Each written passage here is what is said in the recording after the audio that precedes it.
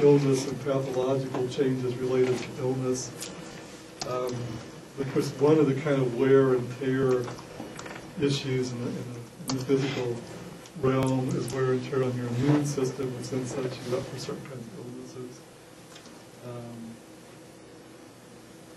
Age can, in a different kind of way, not in the wear and tear arena, age in chronological years can also be an index of accumulated errors in your body, which is probably one of the things that kind of leads to cancers of various kinds, and to just general breakdown and cellular processing and so forth. As your cells keep replicating, they don't always replicate exactly right, so you have accumulated errors in your body. On a more positive side, and on more of a psychosocial, you're open to something positive. If you're really good, I'll show you another link later that's more positive, which we tend to use chronological age also as a marker of accumulating life experience. And we think that there are different ways that this can improve us over the course of our lives, and both probably in the intellectual and personality realms, which is one of the things we'll be looking at in the next few lectures. Chronological age, in that sense, can also,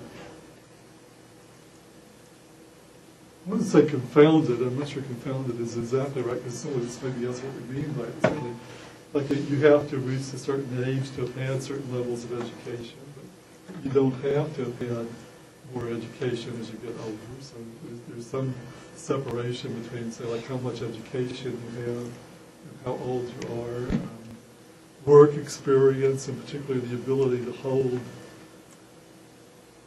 higher level jobs in the sense of like a career ladder or a management ladder, at least within one organization, or maybe even within professions that are organized that way, sort of end up being related to age, because you have to have a certain amount of work experience.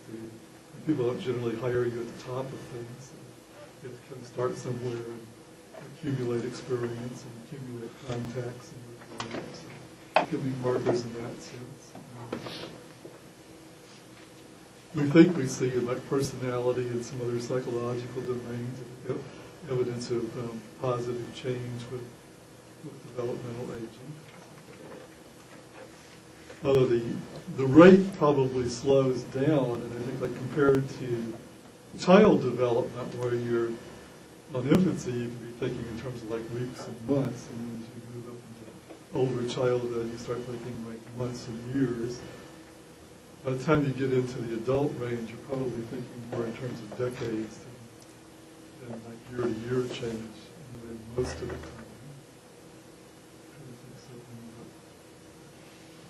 What we mean.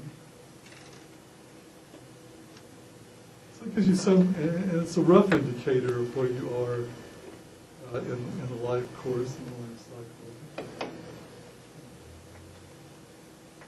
Can't know for sure because you don't know when the end of your life cycle is going to be. So get some sense at least how far you are from birth. Remember, if we're going to be touching on this, there are elements of change in psychological development that actually look at distance from death rather than distance from birth. It's sort of a little more difficult to apply in your own life and your own family. But once you know when people have died, there actually are interesting things that you can figure out. And you can probably, some of them you can use to sort of anticipate maybe how close people are to death. That's pretty tricky for a lot of things. And this is, I think this is mostly what we tend to think about. I think when we think about aging and gerontology and lifespan development, is I think we kind of over-attribute things to age and over-interpret things that do happen to be related to age or do show up as age differences in the studies as being developmental trends rather than possibly being one of these other kinds of things. So cohort by birth years is an indicator of entry into the stream of historical time. So obviously, at any one point in time or with any one group of people, your age and your year of birth are sort of totally confounded with one another. But as you look at different groups of people over longer periods of time,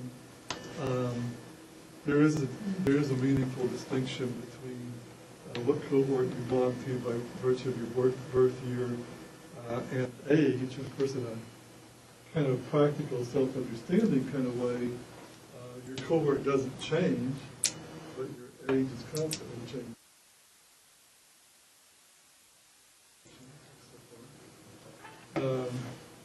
And so whatever cohort you identify with or you're born into,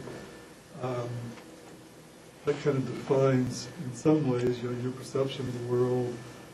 Probably, cover things both meaningful and more trivial, but it's going to shape to some extent your political viewpoint. It's going to link to cohorts, in a rough way anyway.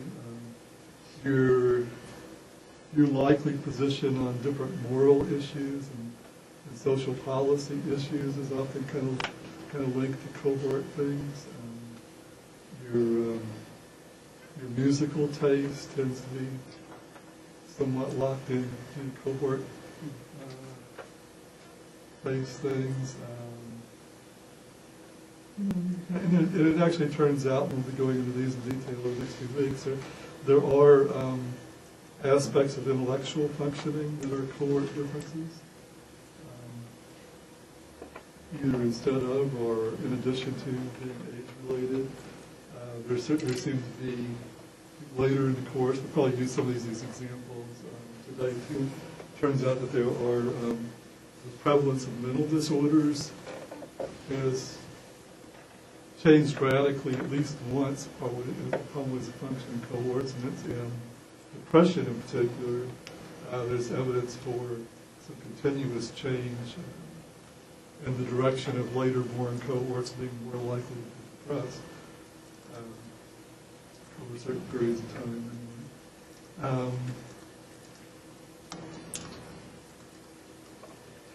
So two more things, I guess, about what cohorts tend to be. I think in research, most typically, there's no set answer, just as there's no set answer to how old is old in studies of gerontology.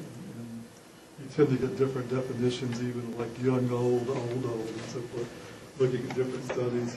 The same thing tends to be true of cohorts, both in terms of what calendar years you would look at and also what span of birth years makes up a cohort. The most typical kind of ranges that you see in research studies for the span is anywhere from 5 to 10, with 7 being pretty commonly used. 5 and 7 come up a lot, 10 comes up quite a bit. And this tends to be distinct from the way we talk about these things in the media and in popular culture more so.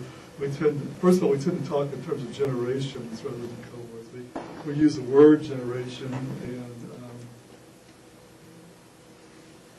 which leads to a couple of kinds of confusions that I'll try to clear up in a minute, rather than cohort, and we tend to use that imprecisely. But generations, if nothing else, are longer. I think that typically generations run anything from like 20 to 30, 35 years. I think so. You got a different time scale usually than what people are talking about. It gets tricky, particularly for those of us that are also interested in families. I think that when you use the term generation, people can get kind of tangled up in whether you're talking about generation in a family sense, where is it like your generation, your parents' generation, your grandparents, your great-grandparents, or your children, your grandchildren, or